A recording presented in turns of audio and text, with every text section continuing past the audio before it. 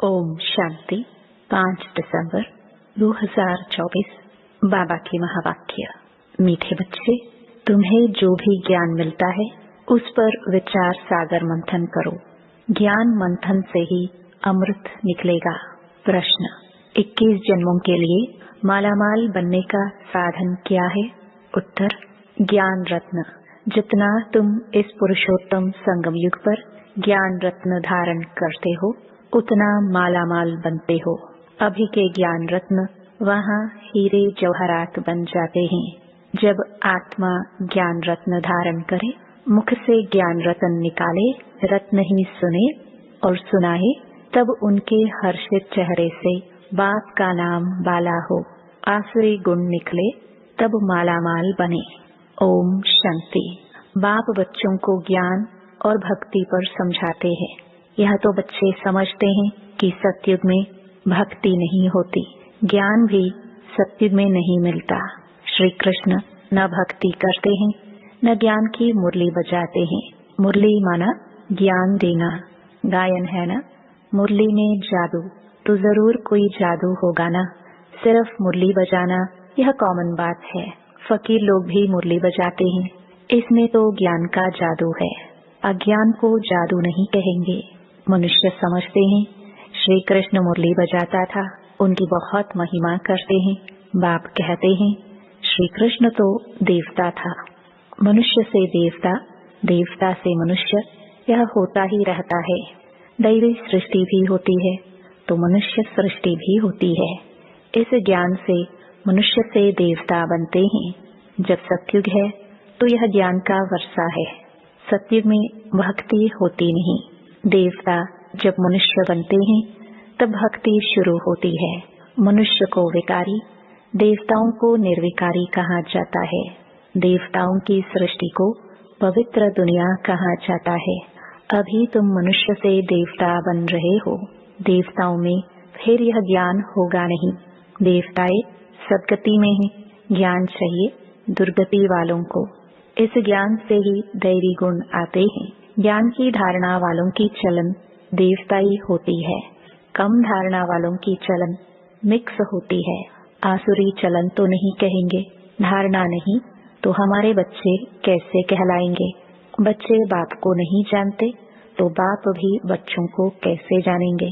कितनी कच्ची कच्ची गालियां बाप को देते हैं। बाप को गाली देना कितना खराब है।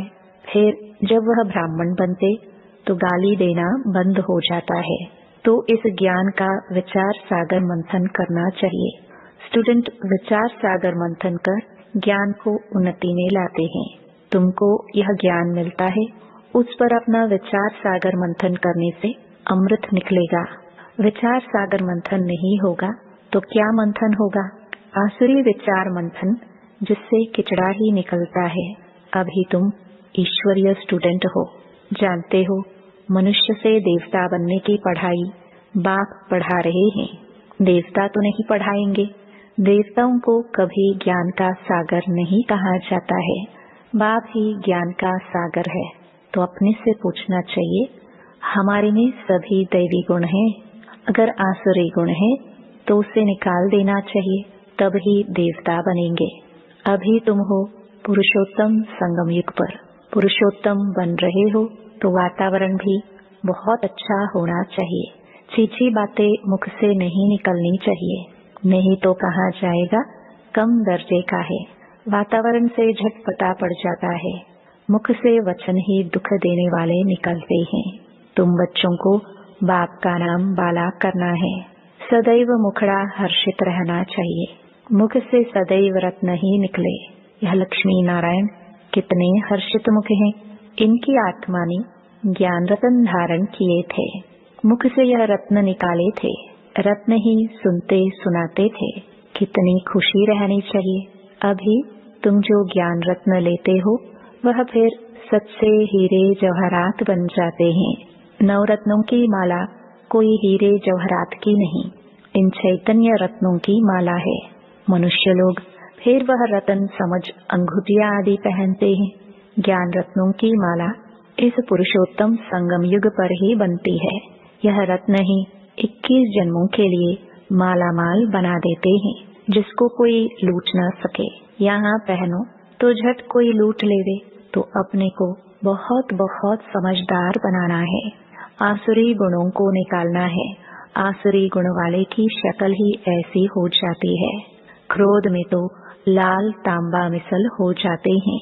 काम विकार वाले तो एकदम काले मुंह वाले बन जाते हैं। श्री कृष्ण को भी काला दिखाते हैं ना, विकारों के कारण ही गोरे से सांवरा बन गया। तुम बच्चों को हर एक बात का विचार सागर मंथन करना चाहिए। यह पढ़ाई है बहुत धन पाने की। तुम बच्चों का सुना हुआ है, क्वीन विक्टोरिया का वजीर पहले बहुत गरीब था, दीवा जलाकर पढ़ता था, परंतु वह पढ़ाई कोई रत्न थोड़ी है। नॉलेज पढ़कर पूरा पोजीशन पा लेते हैं। तो पढ़ाई काम आई, न कि पैसा। पढ़ाई ही धन है, वह है हद का, यह है बेहद का धन। अभी तुम समझते हो, बाप हमको पढ़ाकर विश्व का मालिक बना देते हैं। वहाँ तो धन कमाने के लिए पढ़ाई नहीं पढ़ेंगे, वहाँ तो अभी के पुरुषार्थ से अतिचार अथाह धन मिलता है। धन अविनाशी बन जाता है। देवताओं के पास बहुत धन था, फिर जब वाम मार्ग रावण राज्य में आते हैं तो भी कितना धन था, कितने मंदिर बनाए, फिर बाद में मुसलमानों ने लूटा, कितने धनवान थे।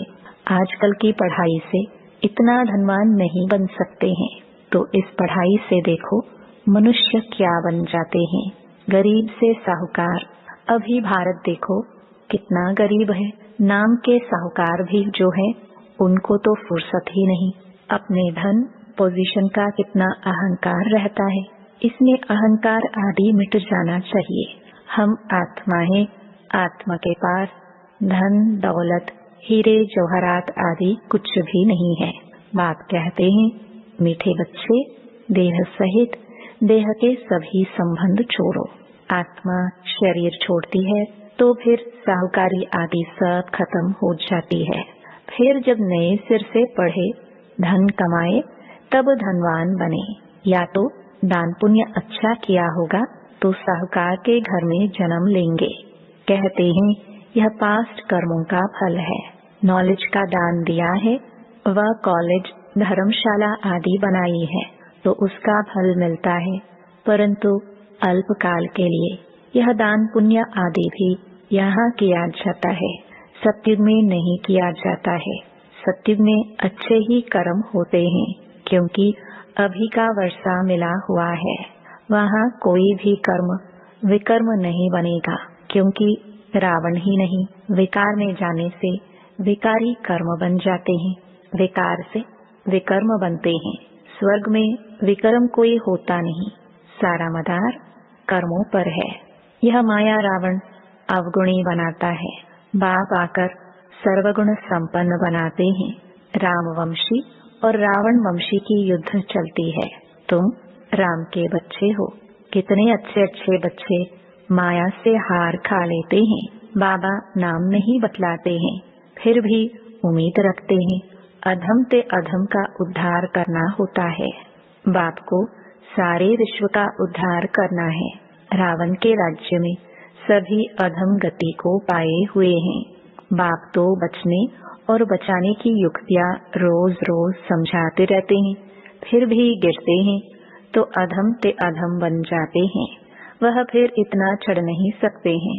वह अधमपना अंदर खाता रहेगा।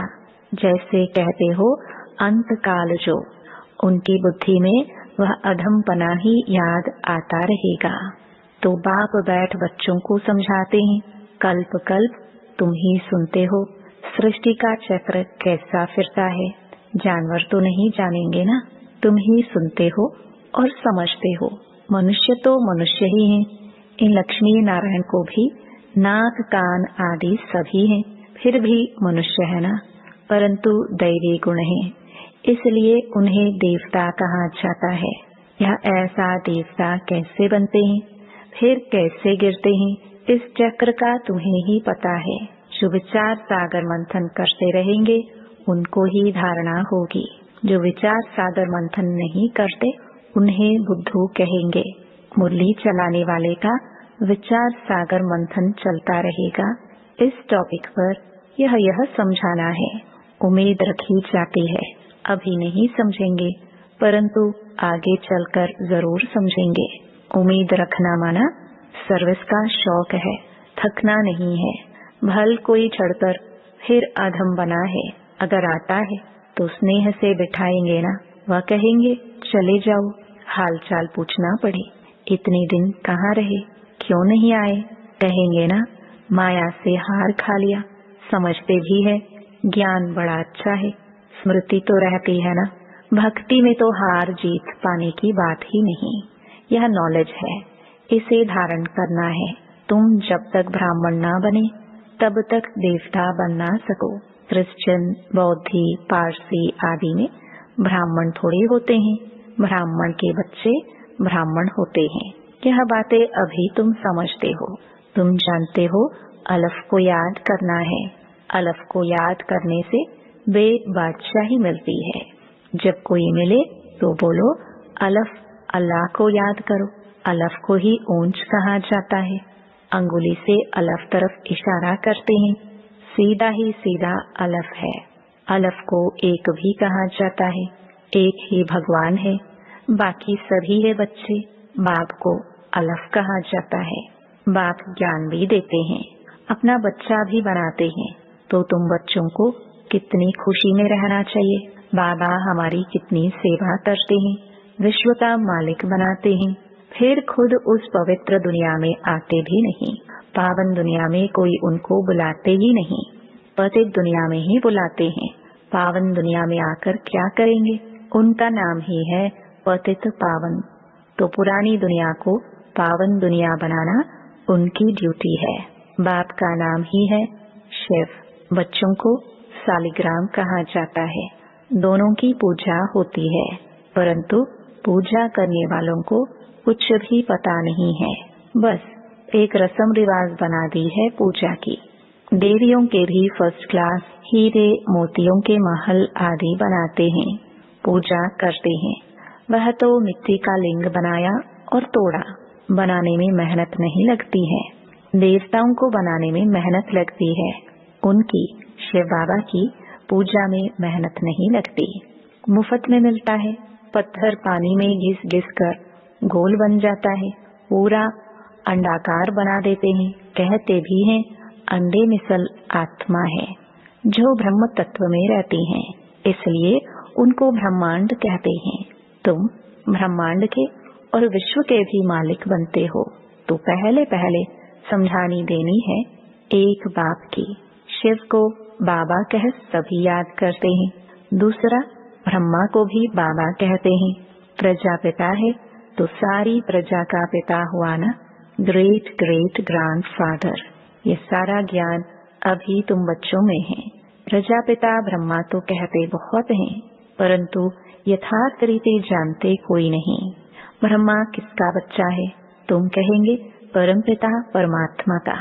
शिव बाबा ने इनको अडॉप्ट किया है, तो यह शरीरधारी हुआ ना, ईश्वर की सभी औलाद है। फिर जब शरीर मिलता है तो प्रजापिता ब्रह्मा की एडॉप्शन कहते हैं। वह एडॉप्शन नहीं, क्या आत्माओं को परमपिता परमात्मा ने एडॉप्ट किया है? नहीं, तुमको एडॉप्ट किया है। अभी तुम हो ब्रह्मा कुमार कुमारियां। शिव बाबा एडॉप्ट नहीं करते हैं। सभी आत्माएं अनादि अविनाशी हैं। सभी आत्माओं को अपना अपना शरीर, अपना अपना पाठ मिला हुआ है जो बजाना ही है। यह पाठ ही अनादि अविनाशी परंपरा से चला आता है, उनका आदि अंत नहीं कहा जाता है। अच्छा, मीठे मीठे सिखे लदे बच्चों प्रति माता पिता बाप दादा का याद प्यार और गुड मॉर्निंग। रूहानी बाप की रूहानी बच्चों को नमस्ते। धारणा के लिए मुख्य सार। पहला, अपनी साहूकारी पोजीशन आदि का अहंकार मिटा देना है। अविनाशी ज्ञान धन से स्वयं को मालामाल बनाना है। सर्विस में कभी भी थकना नहीं है। दूसरा, वातावरण को अच्छा रखने के लिए मुख से सदैव रतन निकालने हैं। दुख देने वाले बोल ना निकले, यह ध्यान रखना है। हर्षित मुख रहना है। वरदान, कैसे भी वायुमंडल में मन बुद्धि को सेकंड में एकाग्र करने वाले सर्व शक्ति संपन्न भव। बाप दादा ने सभी बच्चों को सर्व शक्तियां वर्षे में दी हैं। याद की शक्ति का अर्थ है मन बुद्धि को जहां लगाना चाहो वहां लग जाए। कैसे भी वायुमंडल के बीच अपने मन बुद्धि को सेकंड में एकाग्र कर लो। परिस्थिति हलचल की हो, वायुमंडल तमोगुणी हो, माया अपना बनाने का प्रयत्न कर रही हो, फिर भी सेकंड में एकाग्र हो जाओ। ऐसी कंट्रोलिंग पावर हो तब कहेंगे सर्व शक्ति संपन्न। स्लोगन, विश्व कल्याण की जिम्मेवारी और पवित्रता की लाइट का ताज पहनने वाले ही डबल ताजधारी बनते हैं। ओम शांति।